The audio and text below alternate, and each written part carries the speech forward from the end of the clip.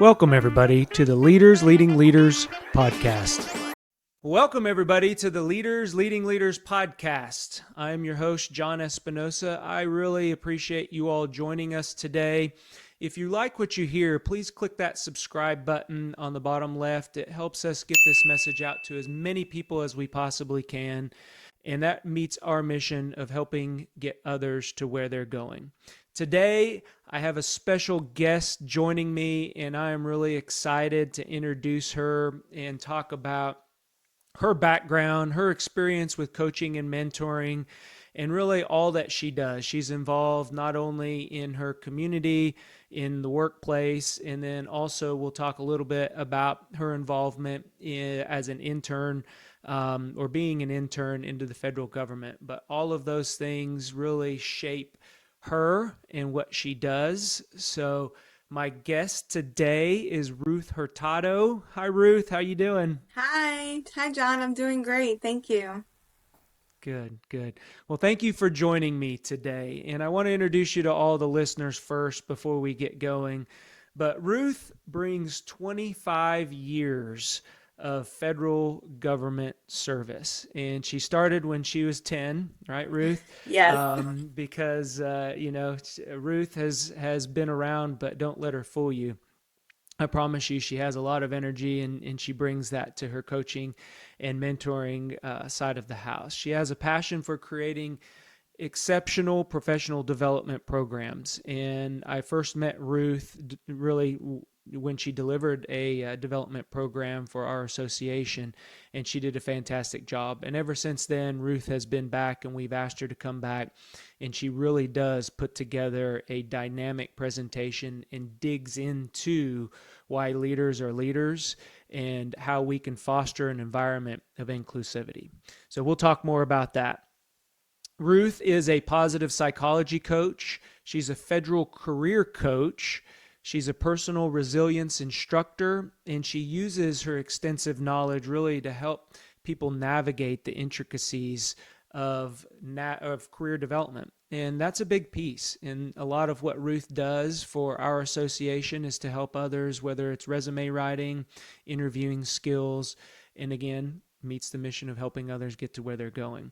Ruth is an expert also in managing federal grants and contracts as well as resume writing, as I mentioned earlier. So I first met Ruth in, I believe, August of 2022, Ruth, at a conference. And again, she was delivering a program for us.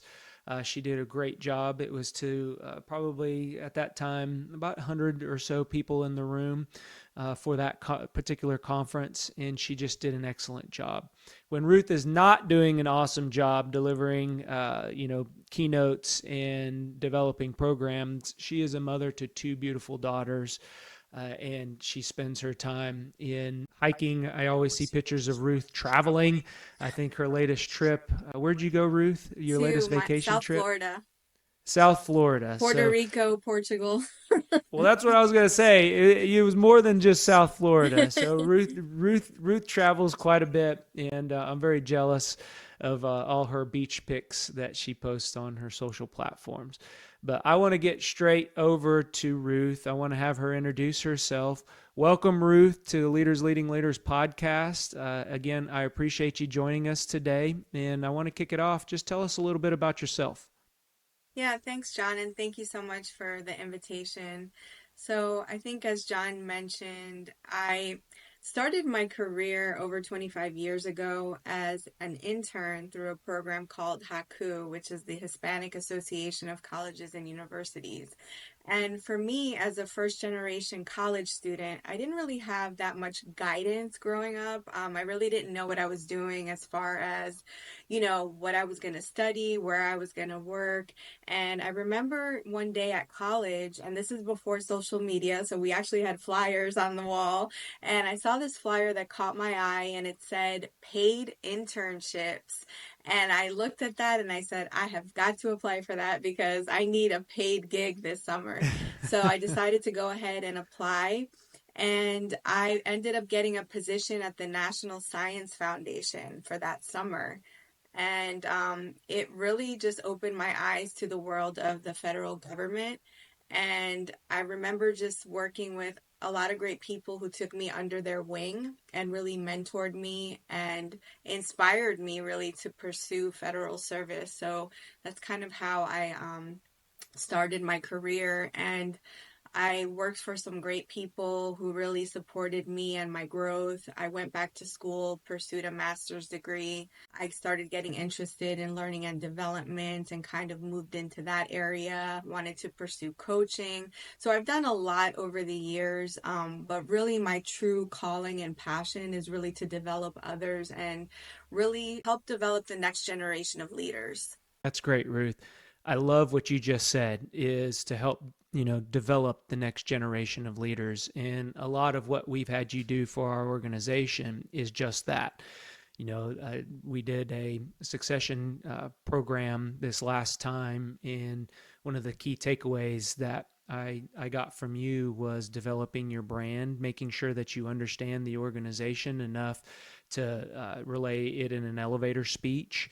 And that's the big thing is coaching and mentoring that future generation. We should always be encouraging folks to take our spot. If we're not doing the job of training our replacement, then that succession planning really falls short. So, thank you for all you've done for the organization. And I really appreciate your work and your continued work that you're going to have with the association. So, thank you. Thank you so much. Yep. Well, let's get into, our discussion today. And one of the things that we are highlighting this month, March, is Women's History Month. And one thing that I, really, really am excited about is speaking to leaders, female leaders during this time and getting their perspective around leadership, some of the challenges that are involved in that leadership, and where you see leaders going in the future. So that first kind of question that I have for you is, who is a female leader in your life that influenced you to become the person that you are today? John, I would really have to say my mom. My mom, growing up, I learned so many qualities that I try to really embody today for myself as a mother, as a leader. But really, what I viewed from my mom was really how much of a woman of faith that she is. And that's something that's really important to me. Her compassion for others, her generosity. And those are skills I think that are important to have as a leader, right? I think generosity with your time, I always try to make time to mentor young people, to coach people who are looking and aspiring to become leaders, to want to improve themselves. And I That's so think important. that, that's an important piece is just being generous with your time and making that commitment for other people. And I think also her work ethic, just growing up and just seeing her work hard every day to provide for our family. That was something that I learned from her too. And I think those are all really, really essential skills to have as a leader and as a mother. Great point, Ruth. And you mentioned the work ethic piece. And the funny thing is, a lot of people know my father. He was an FAA employee, but I always tell the story. I got my work ethic from my mother. And it sounds like a very similar example where, she showed me to show up every day and she took care of the family. And she also, provided food on the table that Yeah. that we had. So very Yes. important piece. Thank you for sharing that. Hmm. So speaking about today and some of the challenges that exist, can you speak to some of those challenges that female leaders have in today's work environment, workplace? Yeah, I think one of the challenges that we face is sometimes working in industries that are dominated by males. For example, in the aviation industry, that's something that's particularly dominated by males. And as women, you kind of have to show up and work a little extra hard just to get, sometimes our voice heard and kind of gain the respect. But I think that what we could do is really work together with our male counterparts to really have allies, right? And support. And I think that I've learned that working in the different places that I've worked at, I've had some really great role models that have been males as well. And I think that it's important to bring our own unique skills and gifts and talents. And I think that's kind of one of the challenges I've seen. Another challenge I think is just as women, we're, mothers, right? And we have to juggle so much. For me, I was a single mother. And so that, adds a little bit of an extra challenge. For me, it's been wonderful just having my support system, my mother, my family, close friends that have really been my village in raising my girls.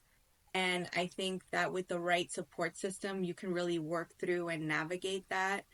And something else that I think as women we struggle with is just like this idea of just being perfect with everything. We want to have everything perfect. We want to, our appearance, right? It's hard. Like we get older, we want to look, good, and we have to work extra hard to keep those pounds off. We have to watch what we eat. I mean, it's hard for women with our body image, I think, and just this sense of just everything having to be perfect. I think that's kind of a challenge that as women we face when we are raising our children and when we're in the workplace. Yeah. No, thank you for sharing that because it is. I look at social media and a lot of what that image, like you mentioned, that is out there. And a lot of times we're striving to be that perfect thing. And it stops us from doing great things because we try to, well, we can't start until it's just perfect, right? Or, we can't go do that until I have a piece of the puzzle and it's all together and I can see exactly what it is. And a lot of times it prevents people from just getting started, you know. And I think that's an important piece. Yeah, I want to add here one of my Yeah, mentors, her name is JJ Smith, and she's a New York Times bestselling author and nutritionist, but she always says progress, not perfection, right? there you We go. can make little steps each day and make progress, and we don't have to be perfect. And I think that that is something that always sticks to me as well. Yeah, well said. Well said. It's good to have those mentors that help us remind us of that. Good. So this may be a very similar question to the one that I asked before, but it is around the inspiration. And you mentioned your mother provided a lot of that inspiration. Is there another female leader in your life that has provided some inspiration who has made you who you are today? Yeah, I think there's two actually. One is Veronica Villalobos, and she is someone that I met when I was part of a mentoring program through the National Association of Hispanic Federal Executives. And at the time, I was a mentee in that program, and I was connected with her as my mentor. And she was a senior executive at the Office of Personnel Management, and I would meet with her about once a month. And, I thought it was really special because I got a parking space at the OPM, to see her. And I just thought, wow, I made it. I got a parking space. But I would go and see her once a month. And we would just talk about everything, everything related to my personal life, my professional life. And she was someone that I could really just be just authentic with and just open up about different things. And I remember one day when I was speaking to her, I was going through some personal challenges, a divorce, and also just a kind of like a toxic work environment at the time, and it was just Mhm. very, very challenging. And I was speaking to her about that, and she was like, Ruth, I got you a gift. And when I saw it, it reminded me of you. And it was a bracelet that I wear every day, and it says thrive on it. And this notion of thrive is something that's very important to me because, as you know, I developed a course on resilience. And Mhm. when you talk about resilience and when you think about that, for me, it's, not only surviving, but thriving through something.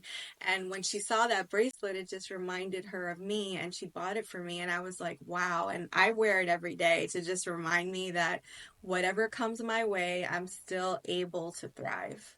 I got goosebumps. I mean, that is awesome. Seriously, I mean, Yeah. just hearing you in that story, and you're right. It is not just enough to survive. We must thrive in order for us to grow professionally, Yeah. personally, and Yeah. make an impact, right? Give back to others. So Yeah, and then the other one, like I mentioned, JJ Smith. So JJ Smith is someone that I look up to as well. So she wrote a book called The 10-Day Green Smoothie Cleanse. And a few years back, I was interested in kind of getting my health back. My health had kind of fallen off track. I wasn't feeling good about myself.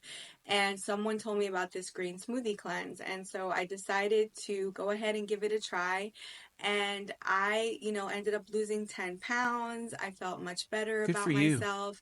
And there was a private Facebook group that she had for all these people that were doing this cleanse. And I remember just posting my story, posting my experience with this cleanse and what it did for me.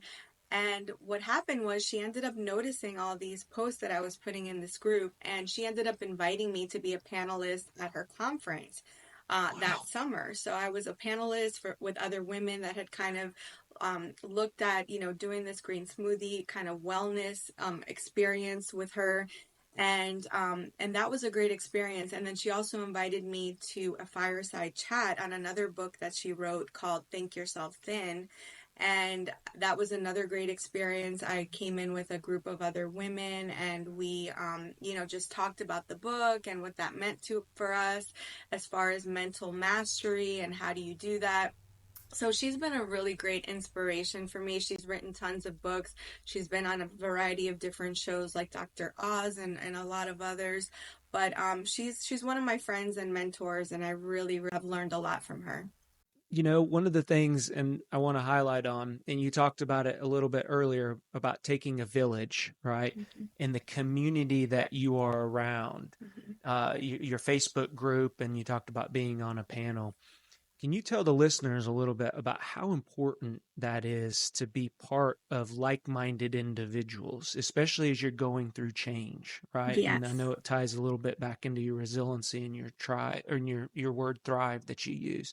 So can you talk a little bit about that, how important that Yeah, is? that's really important to me to be around like-minded people, and I have done that various times throughout my life. So early on, I would say in my 20s, I joined a Latina sorority. Our Latina sorority, which is Lambda Theta Alpha Latin Sorority Incorporated, we have chapters throughout the country, and I joined it because I wanted to be part of a group with women like myself that were interested in becoming leaders, working in our communities, helping other women. That was the main reasons why I joined that sorority, and it holds a special place in my heart. Another program that I did was called Mujeres de ACE, which is the Hispanic Alliance for Career Enhancement. And it's again a group of like-minded women that we all came together to do this particular leadership program.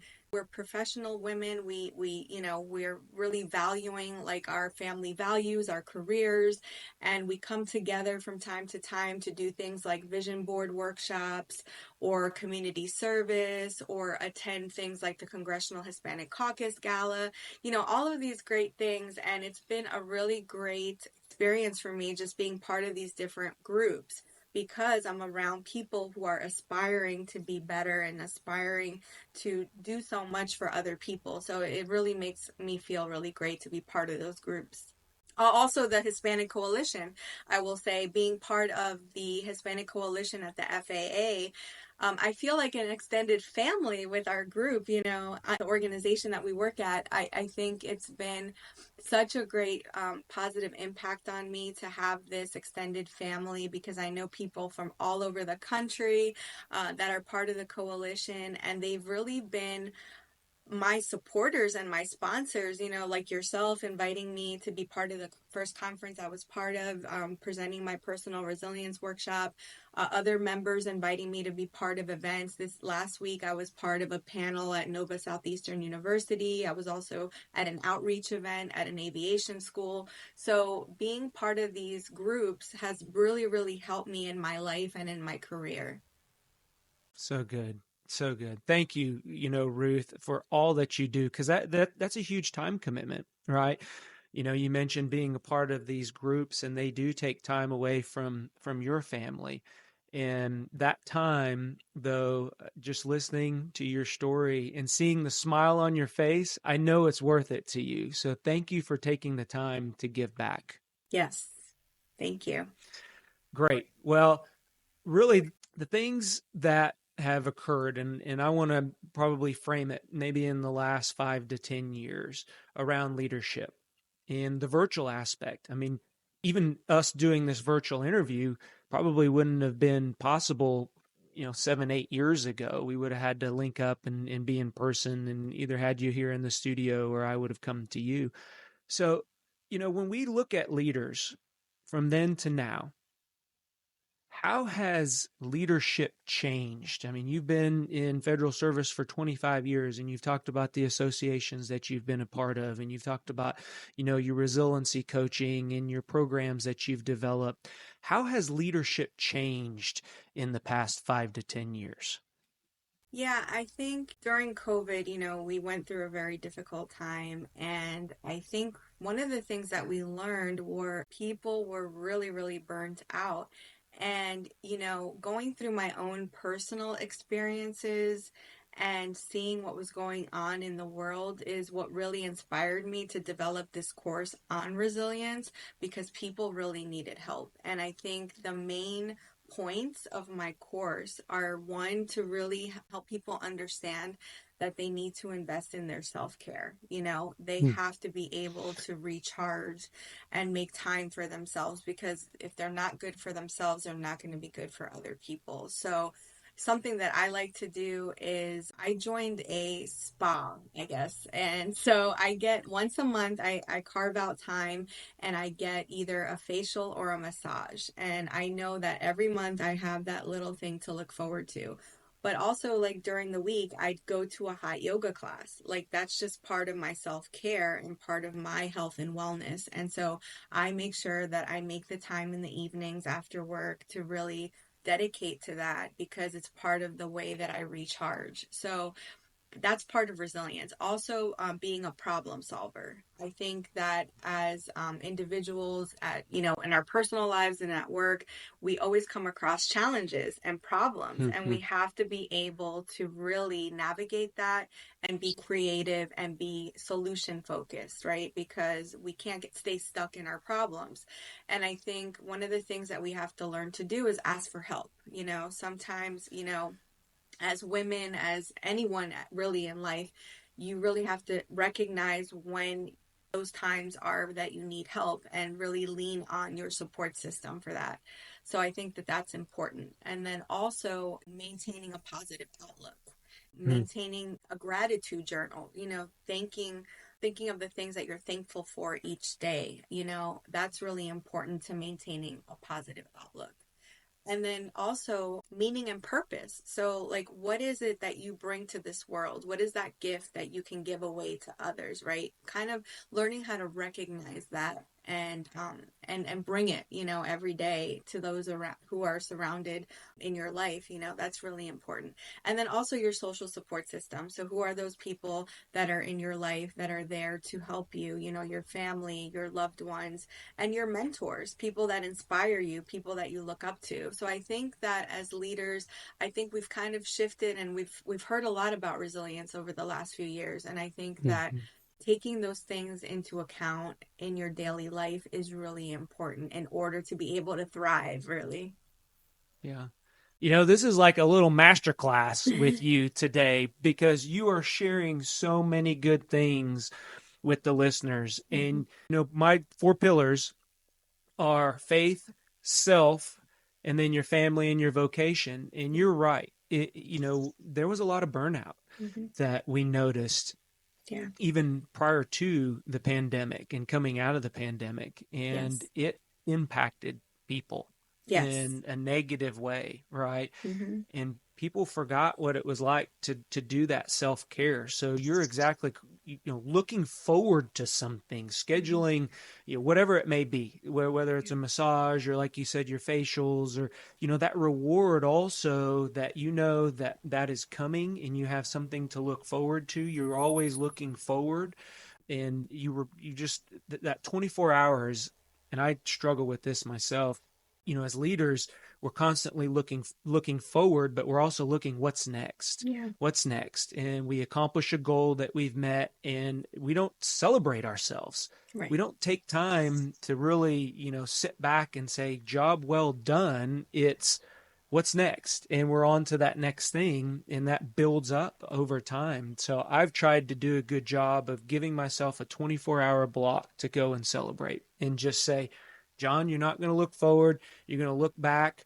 We're going to celebrate this win for 24 hours, and then you can move on. And Yeah. consciously in my mind, I've had to tell myself that. And I put 24 hours as that landmark, right? Yeah, absolutely. And I think also an important piece is mindfulness, right? Being able to focus on the present, right? Without rushing into the next thing. So that's Yeah. something that I like to practice every morning is just a 5 minute like guided mindfulness exercise to really focus my mind on the present because a lot of times when we're worried about, well, what happened yesterday or what's going to happen tomorrow or, just the next thing that's going to occur, we kind of get caught up in that and our brain is kind of wandering all over the place. So being able to train your mind into the present moment is also a good skill as far as resilience as well.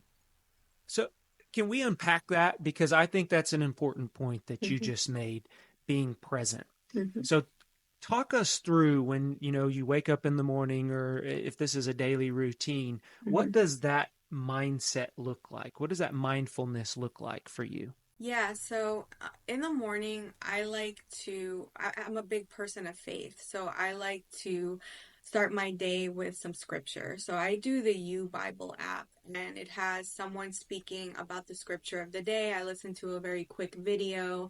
I go into just some prompts about, going into prayer, what am I thankful for today? What am I praying for today? Who am I praying for today?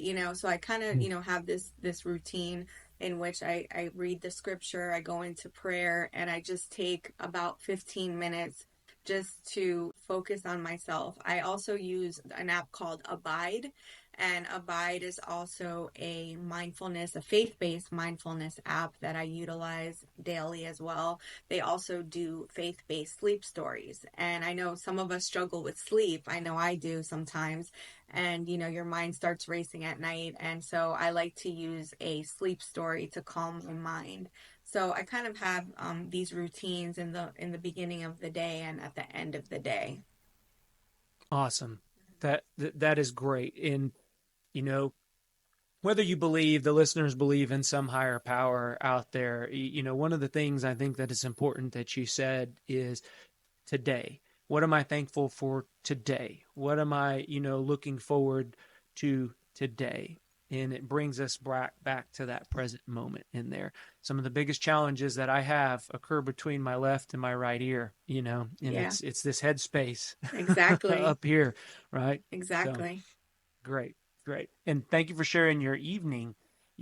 I call them a non negotiable. So those are things that I'm going to do, whether I'm traveling, whether I'm at home, whatever's going on. Those non negotiables, again, create habits and, begin to really change our mindset Yeah, on how we I put my perceive phone on things. do not disturb at after 10 p.m. because I'm just like, 10 p.m. is my bedtime, so I'm just, winding down. All electronics are off. I am, because I'm a big proponent of 8 hours. 8 hours of Yeah. sleep is really, really important to me. So, I try to really stick to that bedtime because again, it's part of self-care and part of your Yep. wellness. And so Yep. I really try to stick to that so I have a good 8 hours of sleep. Awesome. Great. Well, thanks for sharing that piece with us because people, they give, they give, they give, and they do not recharge that battery. And if we're not charging our own battery, it kind of goes back, to the briefing we get anytime you fly. Put that oxygen mask on yourself first. Exactly. Yep, good. So a lot of what I think we've talked about so far is on the individual side, on leaders, and leaders lead organizations. So when you look at an organization and you go in and you're putting together a development program or you're putting together a resiliency workshop, tell us a little bit about when you look into that organization and the cultural piece, the organizational culture. How does that, what role does that play in the program that you suggest or maybe some of the teaching that you give? Walk us through kind of how you see organizational culture and what impact it plays. Yeah, so in my current role, I'm a program manager for a leadership development program for second level managers. And, something that I've seen, which is a common theme for this group, is that they don't have time for professional development, Mm, right? They're so busy, caught up in the crisis of the day, the nonstop emails, the nonstop meetings, that, they don't make time or they don't have time for professional development. sure. Right, but what I've seen, and actually I did a workshop a few weeks ago on the use of TikTok in learning and development. Because you know what? People are spending 90 minutes a day on TikTok. And how are they spending 90 minutes on TikTok, but they don't have time for professional development, right? So, how do we use something like that to leverage learning and development, right? Making Yeah. things interesting, engaging, fun. How do you do that in a way that really helps people who think they may not have time, right? But maybe TikTok or maybe your YouTube shorts, something like that could be used. So that's actually something that I've heard a lot about recently. And so I was like, how can I use that to leverage, even making learning and development more engaging for the group, right? Because Hmm. as adult learners, it's hard to keep us engaged, right? So being able to, be creative, something that I use is called Nearpod. I think you saw that Hmm. at the Yeah. training we did in February. But Nearpod is really cool because it adds in gamification, it adds in everything in a central location to keep things fun and engaging, right? Videos, polls, collaborative boards. And we need kind of these kind of unique and engaging ways to learn. And I think Yeah. as in organizations, I find that that could be a theme that I've seen. Yeah. Yeah. Our attention spans, you're right. I mean, are very short. In your opinion, when you're putting together these workshops, how often do you integrate your interactions in? Is it, do you do like by slides, or hey, every 4 or 5 minutes? How do you plan for that? Because you're right, our attention spans are very small. So if a listener or a speaker is up there and they're just droning on for 10 to 20 minutes at a time, you start losing people, don't you? Yeah, yeah, you have to be just very, very creative. I mean, you can't keep doing the same thing over and over. You can't keep doing polls over and over. You have to do like a video, then a poll, then a game. It's like a Yeah. constant thing because people's attention spans are so low. But I think for me, when I'm putting together a training or a workshop, I really think it's important to let people talk, right? That's how people learn when they're sharing their own stories in the group, right? I'm more of like a facilitator, right? So I come with Mm. questions that will spark a conversation. And I think that is what really makes a training successful is when people are able to share their stories, they're able to include themselves in the conversation so that everyone can learn from each other. It's not only about me talking at you, it's about the group having a conversation about the topic. And I think for me that's what's really important, and that's what I've learned over the years of training is that it's really important just to engage the audience and let them have a voice as well. Uh, wow. Because, you're right. When a speaker is up there and they are the most, interesting person in the room, it's flat.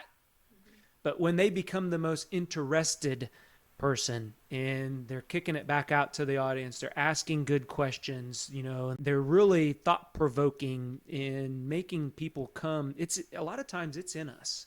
We know the answer, we know how to get there. It's just inspiring people to take that action, Right. right? And take that first step. And we can't do it ourselves. We have to, create an environment that's conducive for them to feel comfortable. One, to stand up and talk, right, in that environment, and then two, to listen to themselves and really, hone in on what they need to do in order to achieve their goals.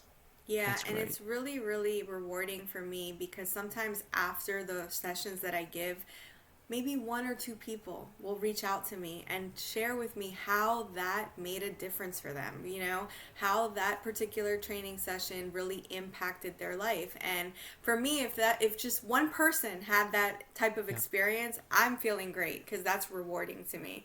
But I've been in sessions that they're just so engaged, and it's so heartwarming to see everyone talking and everyone so interested in what we're discussing. And I think that in planning my workshops and my trainings, that's kind of the style that I want to continue to have. Yeah, great. And that's why we have you back. That's why we keep on, tapping into your knowledge and your facilitation style just for that, because we do get so much more out of it when we all learn together and it's not just a talking head. Yeah. So great job. Keep that up.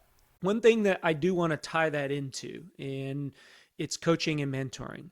And I know you're a coach and I know you're a mentor, and you've talked about, some of your mentors and some of your coaches in your past. So tell us a little bit about how your role as a coach or mentor is impacting those future leaders. Yeah, John, I've been part of mentoring programs probably since the beginning of my career. And I remember one mentor in particular that I had. Her name was Susan. And she told me, Ruth, after you finish this mentoring program, you're going to have to go back and mentor somebody, okay? Because you can't keep being a mentee for the rest of your life, right? You have to then give back what you learned to someone else. And I really took that to heart, because now that, I have that instilled in me, every time I've been part of a mentoring program, I've always gone back first as a mentee and then as a mentor. Yeah. And that's been something that's been very rewarding for me, to just give back in that way and shape the next generation of leaders, because it's really our responsibility for succession planning, right? To really train those people that are going to come up behind us. And that's really what inspired me also to become a coach, because I wanted to make that type of an impact as well, shaping the next generation of leaders. And so over the years, I've had the opportunity to train and coach a variety of different people. And I really hope that, when I look back on my career, in another 10, 15 years, I'll be able to see all these people that I impacted, because it's just really, really important. And that goes back to what I was saying about my mom, being generous with your time, because not everyone wants to commit to that, right? Yeah. Giving people your time. That's something you don't get back, right? Your time. Correct. And so being able to really make that time for other people, to me, it's very important, and it's something that I do in my life. I really think it's part of our responsibility. Yeah. Yeah. I could talk to you all day long. I'm telling you what, because every time that we unpack something, you bring something out that time. That is our most precious gift, and we can't get it back. And so for you to be able to coach and mentor and spend that time with others, and others, devote that time to that program, as you mentioned, continue to be a mentor and be a coach to others. That's something that is a gift. And so thank you for doing that. Thank you for spending that precious time with us and with others, because you're right, it does, it makes an impact. And if it's just that one person that comes to you and says thank you, or motivates them to move to action, we as leaders have done our job. Absolutely. Well, speaking of time, I know your time is precious and our time is coming to an end. But I do have a couple more things I want to ask you and get your perspective on before we wrap up. Mm-hmm. One of the things that I always like to hear from leaders is their single biggest piece of advice that they can give other leaders.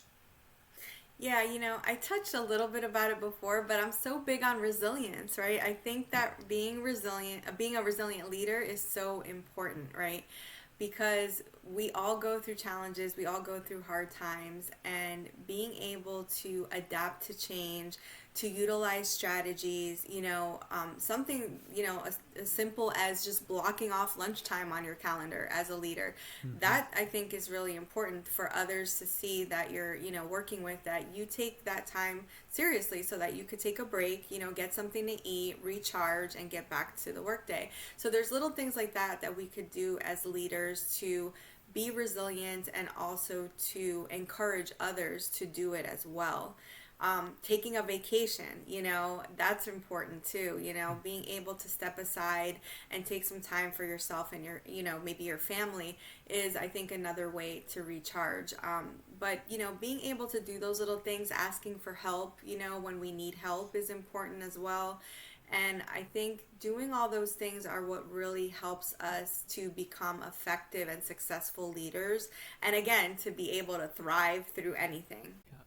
Great. And, one thing, again, goes back to that word thrive. And I love how you've integrated that into our discussion today, because that's my biggest takeaway from today is, the conversations that we've had to execute that word. And it's not just good enough to survive. You need to thrive. Yes. You do. All right. Any parting words of advice for our listeners before I let you go? Yeah, I would say, always remain curious, right? Always learn something new each day. That's how we keep our minds sharp. That's how we learn. That's how we grow. And I know a lot of our organizations provide resources for that. So if your organization provides resources for training and development and learning, I would absolutely take advantage of that, because that is really, really what keeps us going, right? Just learning something new, being able to grow and develop ourselves. So I would definitely do that. And I think just always thinking about others and how you can help someone else. I would say that that's something that has been very rewarding in my life. And I would like to encourage other people to think about maybe one person that you could help today, right? What's one kind thing that you can do for someone else, or what is one little word of encouragement that you could give to someone else to help them have a better day? So I really would like to leave you all with those two pieces of advice, and just always continue to, live your best life. Awesome. Good. Well, Ruth, today has been great. And thank you very much for sharing your knowledge and sharing with the audience and the listeners today. Tell them where they can find you if they want to find you on your social platforms. I know you're on LinkedIn. Any other platforms or ways that we can reach out? Yes, so I'm on LinkedIn under Ruth Hurtado, and then my coaching and positive psychology and resilience business is Radiant Livin'. So that's Livin, without the G, all together. It's radiantlivin.com, and also at Radiant Livin on Instagram. So I'm on there, and you can learn a little bit more about what I offer and what I do. Thanks, Ruth. And one of the things that we'll do is we'll post that on all our socials, and we'll share Ruth's links when we get this published, which I'm looking forward to all of you listening. So if you didn't get that, we'll make sure to put links within the bio. So make sure to check the comments in the bio for those links. Ruth, I can't tell you how thankful that I am. Thank you for your time again today. Thank you for sharing and pouring into our listeners. I know it meant a lot to them. One last thing before we get out of here, and I'll let you take us away. I always say go be great at the end of my podcasts and my shows, but I'm going to kick it over to you and have you finish us out today. So go ahead, Ruth. Yes, I will say go and be resilient, go and thrive, and have an amazing day. I know I'm going to get my facial after we get off here, so hope Good. you all have an Well, amazing day, and thank you for listening. well, you deserve it. Thank you, Ruth. Everybody, go be great. We'll talk to everyone later. Bye-bye. If you enjoy what you're hearing, please hit the like and subscribe button. It helps us get others to where they're going.